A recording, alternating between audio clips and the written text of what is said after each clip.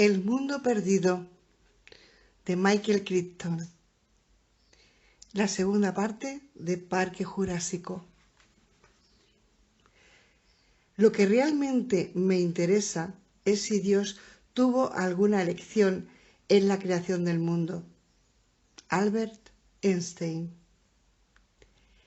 En lo más profundo del régimen caótico, los pequeños cambios en la estructura causan casi siempre enormes cambios en el comportamiento. Un comportamiento complejo, controlable es, por lo visto, imposible. Stuart Kauffman.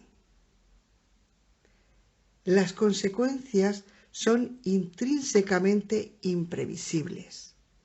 Ian Malcolm. Introducción. Extinción en el límite K/T. En las últimas décadas del siglo XX ha crecido notablemente el interés científico por la extinción. No es ni mucho menos un tema nuevo.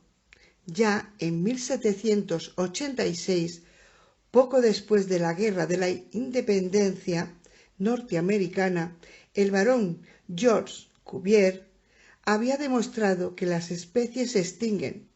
Así pues, el hecho de la extinción era ya aceptado por los científicos 3/4 de siglo antes de que Darwin formulase su teoría de la evolución.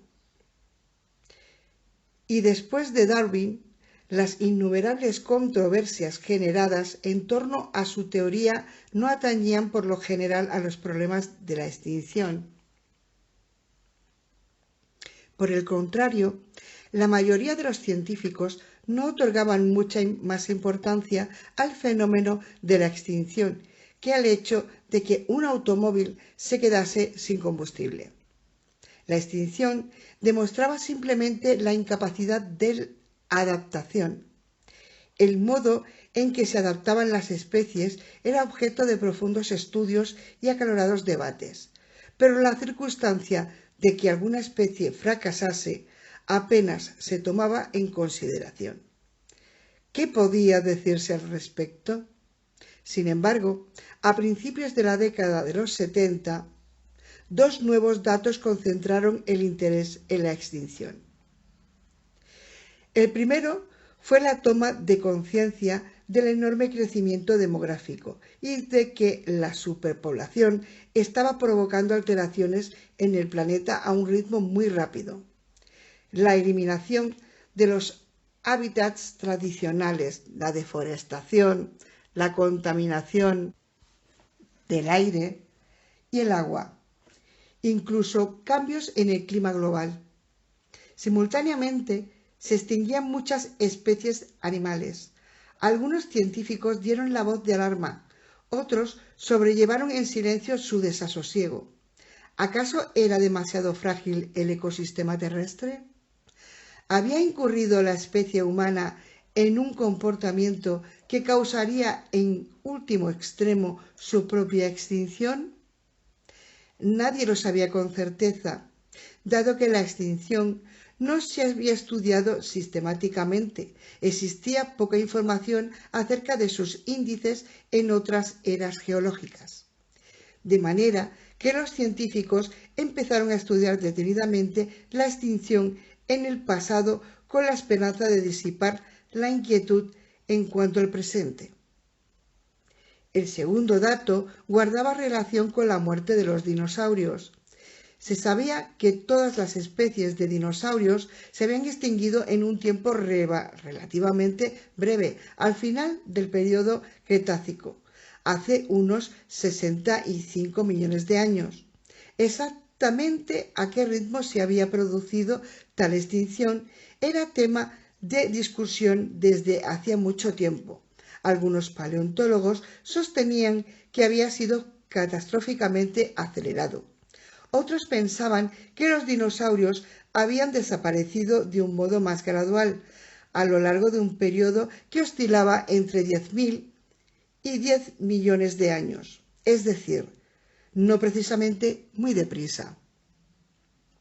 pero en 1980 el físico Luis Álvarez y 3 colaboradores suyos descubrieron altas concentraciones de iridio en rocas formadas a finales del Cretácico y principios del Terciario, el llamado límite K/T. El Cretácico se abrevió como K para evitar confusiones con el Cámbrico y otros periodos geológicos. El iridio es un elemento poco común en la Tierra. En cambio, abunda en los meteoritos. Según el equipo de Álvarez, la presencia de tal cantidad de iridio en las rocas del límite K-T indicaba que un meteorito gigante con un diámetro de muchos kilómetros había entrado en colisión con la Tierra en esa época. Plantearon la teoría de que el polvo y los cascotes resultantes oscurecieron el cielo, imposibilitaron la fotosíntesis, exterminaron plantas y animales y pusieron fin al reinado de los dinosaurios. Esta sensacional teoría cautivó la imaginación de los medios de comunicación y el público. Dio origen a una controversia que se ha prolongado durante muchos años. ¿Dónde estaba el cráter abierto en ese meteorito? Se propusieron varias posibilidades. En el pasado se han producido básicamente 5 periodos de extinción. ¿Han sido los meteoritos la causa de todos ellos? ¿Acaso tal catástrofe sobreviene cíclicamente cada 26 millones de años? ¿Aguarda el planeta en estos momentos otro impacto devastador? Después de más de una década, estas preguntas seguían sin respuesta. El debate continuó en plena efervescencia hasta agosto de 1993, cuando en un seminario semanal del Instituto Santa Fe, un matemático iconoclasta llamado Ian Malcolm anunció que estas cuestiones carecían de importancia y que la discusión acerca del impacto meteorito era una especulación frívola y ajena al problema. Consideren las cifras, decía Malcolm, inclinado en el podio y mirando a su auditorio. En nuestro planeta conviven actualmente 50 millones de especies entre plantas y animales, y aunque esto nos parezca una notable diversidad, no es nada en comparación con la que ha existido anteriormente. Calculamos que han pasado 50.000 millones de especies por este planeta desde que surgió la vida. Eso significa que de cada 1.000 especies que han existido queda solo una. Por tanto, el 99,9% de todas las especies que han vivido alguna vez se hallan ahora extintas. Y las grandes matanzas solo dan cuenta de un 5% de ese en total.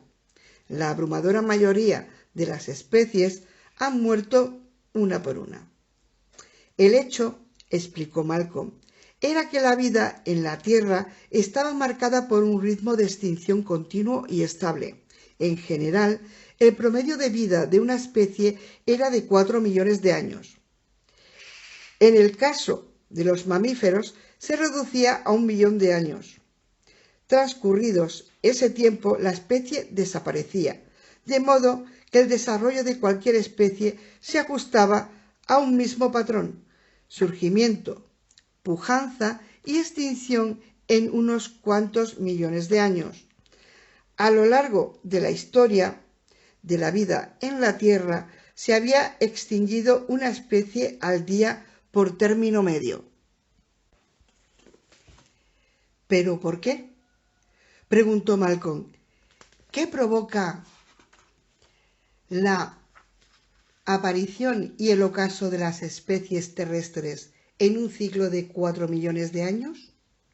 La respuesta es, en parte, que no somos conscientes de que nuestro planeta permanece en continua actividad. Solo en los últimos 50.000 años, apenas un abrir y cerrar de ojos desde el punto de vista geológico, las selvas tropicales se han contraído drásticamente y luego han vuelto a crecer. Las selvas no son un elemento inalterable del planeta. De hecho, son muy recientes. Hace tan solo 10.000 años, cuando había ya cazadores humanos, en el continente americano, una masa de hielo flotante se extendió hasta lo que hoy en día es la ciudad de Nueva York.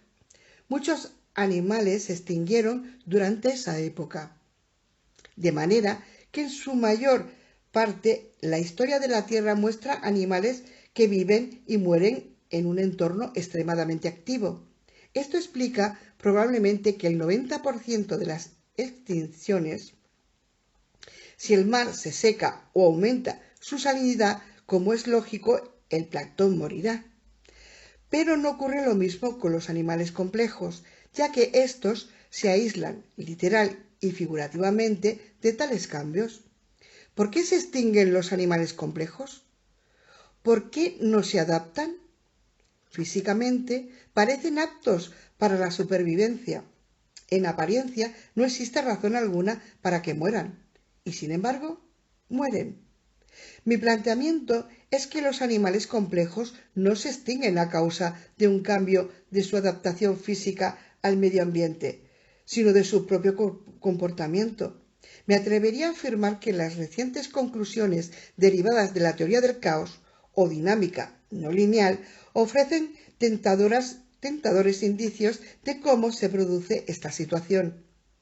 Nos revelan que el comportamiento de los animales complejos puede modificarse muy rápidamente y no siempre para bien.